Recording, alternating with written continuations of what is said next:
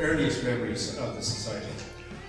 My earliest memory of society was back, I was probably late teens, which would be about 50 years ago, where I bring in my Uncle Charlie, who was a runner during the Rising and through the War of Independence. I used to bring him to the commemoration ceremonies, and I have good memories of going to Ashbourne and different places in Fingal with him. And that was my earliest involvement, but I wasn't involved in a committee at that stage. I was asked to go forward, but I didn't do it at that stage. And when did you actually get involved as a committee member? I think it was in the mid-70s. I wasn't long married, and Jimmy Andrews, who was involved in the committee, was an uncle of my wife Catherine, and he twisted my arm and used to bring me to the meetings. He used to call from Rush, he lived in Rush, he used to call up to my house, and then we'd go together up to the meetings that were held in the library in North Street. And who was the chairman at that stage? The chairman was Johnny Corrie, and Jim Nugent was the secretary, and that time Ray Burke was the president. Right. And you moved up the ranks as the years went on? Yeah, I started off as being assistant to the parade marshal. Jimmy Anders was the parade marshal, and then I became parade marshal then. Jimmy died and I took over from him, and then Johnny Corrie died, and I was then elected in as the chairman, and that's about 20 years ago. I think about it. Yeah. And have you memories of the commemorations of 1966? Very, very limited. Very, very limited. Not so much at all. I have very little memory of it at all. At that stage, I wasn't married. I wasn't really. I remember the family, some of the family going to some of the ceremonies. Okay, that's all. In the past couple of years, the society has changed how it presents itself.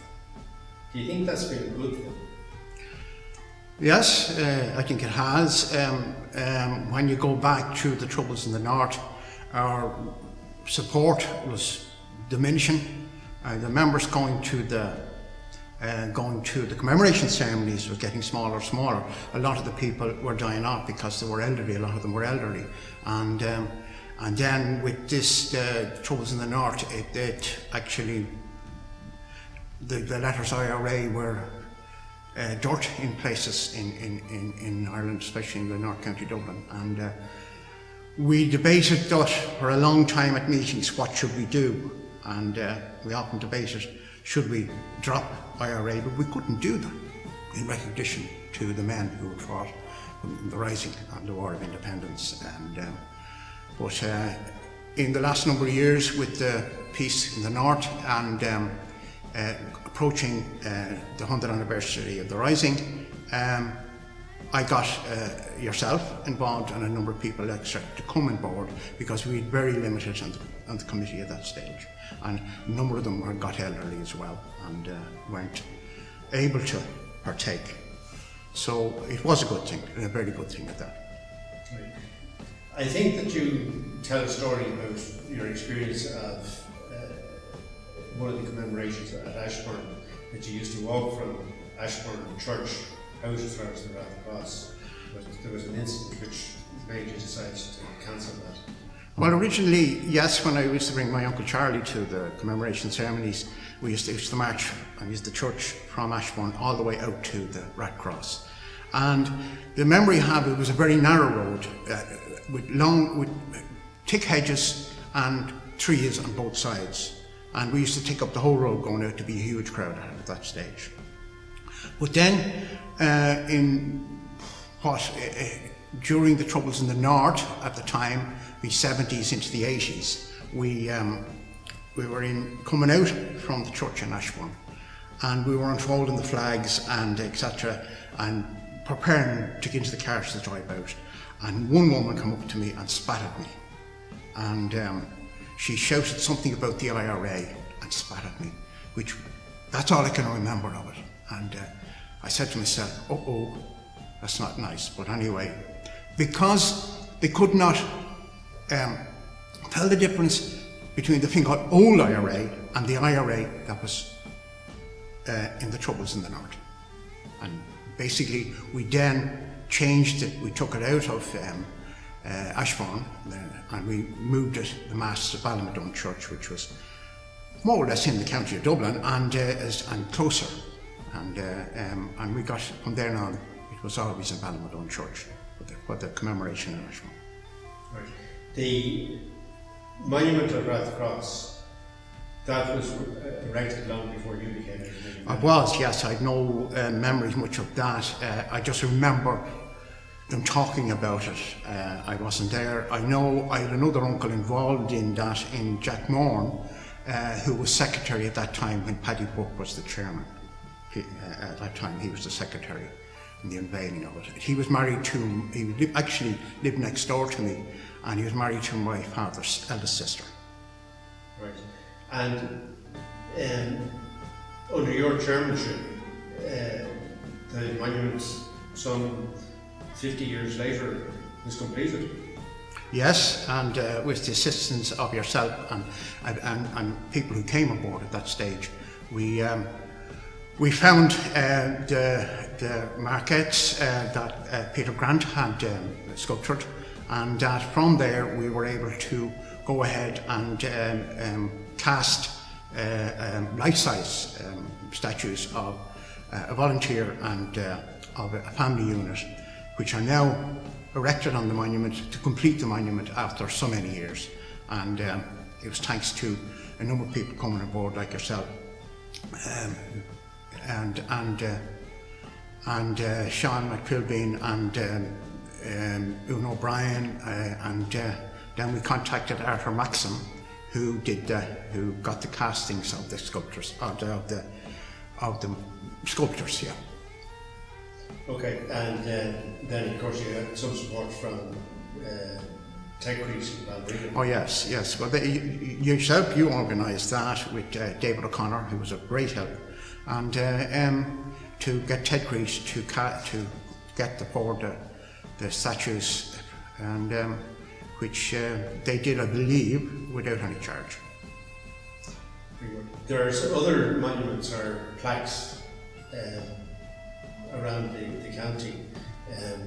I suppose the most notable one is at Nancy now. Were you involved in the erection of that? No, I was there when it was unveiled. I remember that well, that Sunday. I was on the committee, yes, and it was that stage money was beginning to get scarce, and Richard Hurley was a great help at that stage, because Richard was a great man for raising money, and I have to say, over the years, we would never have lasted this long money for him. Do you think that Ash and the volunteers of Easter Week have had the regard or respect shown to them which they deserve? I think so, yes, without a doubt. You know, they didn't have the full support of the people, right? But they had, yes, Ash had a great respect. Apparently, he was a man that commanded respect, and because I know some of my family were involved with him, and I mean, he was a big figure, a towering figure at the time. Well, I think that some of your family may have been slightly more than marginally involved.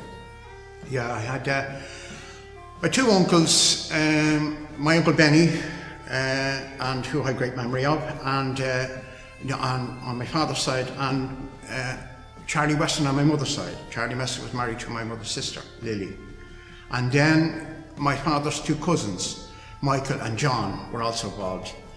And Thomas Ash was a frequent visitor to the house in the McAllister household in Toby, which is now derelict and gone out of the family. And he also was doing a line or courting Nellie McAllister at the time, or Ellen as she was born, but Nellie was what they called her.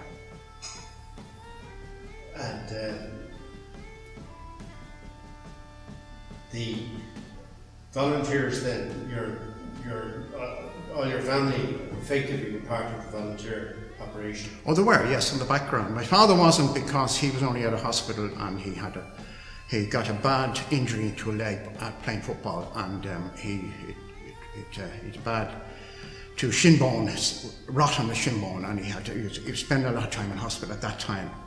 But the rest of the family were, and all the way through the Rising and all the way through the War of Independence, the home house at home was wrecked a number of times by the Black and Tans, and there's some nice stories I could tell sometime, but some of them are a bit gruesome. What do you think is the future of the society for the next 20 years? Well, if you said that to me possibly 4 or 5 years ago, I would have said very little future.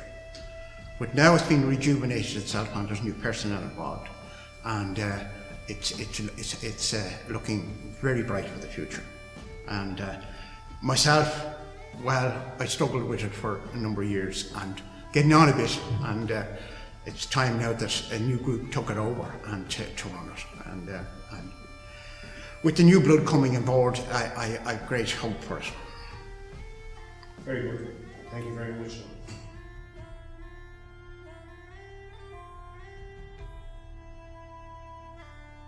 No, new interview, boys.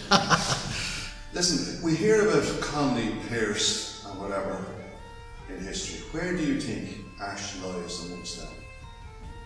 Equal with them, because his determination, he led the Fingal Brigade in the only success of the Rising, and it's very limited to the publicity it gets nationally, which I'm a bit disgusted with at times. You know, it's often overlooked nationally.